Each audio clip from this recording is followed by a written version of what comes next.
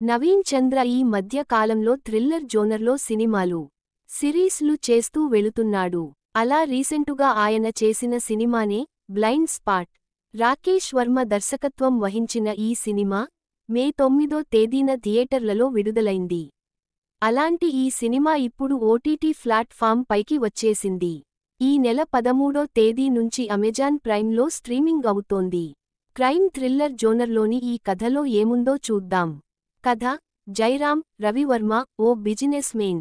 ఆయన భార్యనే దివ్య రాశి సింగ్. జైరాం మొదటి భార్య సరస్వతి అనారోగ్య కారణంగా చనిపోతుంది. ఆమె కొడుకు వినోద్ మానసికంగా కాస్త దెబ్బతింటాడు. అలాంటి పరిస్థితుల్లోనే దివ్యను పెళ్లి చేసుకుని జైరాం తన ఇంటికి తీసుకొస్తాడు. అయితే వాళ్ల కాపురం ఎక్కువ కాలం పాటు అన్యోన్యంగా సాగదు. తరచూ ఇద్దరూ గొడవపడుతూ ఉంటారు. ఆ ఇంట్లో పనిచేసే లక్ష్మితో జైరాంకి సంబంధం ఉందనే దివ్య అనుమానం కూడా అందుకు ఒక కారణం. ఒక రోజున జైరాం బిజినెస్ పనిపై ముంబైకి బయల్దేరతాడు. ఆయన అలా వెళ్లగానే దివ్య ఉరేసుకుని చనిపోవడాన్ని లక్ష్మి చూస్తుంది. వెంటనే పోలీస్ స్టేషన్కి కాల్ చేస్తుంది. కానిస్టేబుల్ రాంబాబును తీసుకుని పోలీస్ ఆఫీసర్ విక్రమ్, నవీన్ చంద్ర అక్కడికి చేరుకుంటాడు.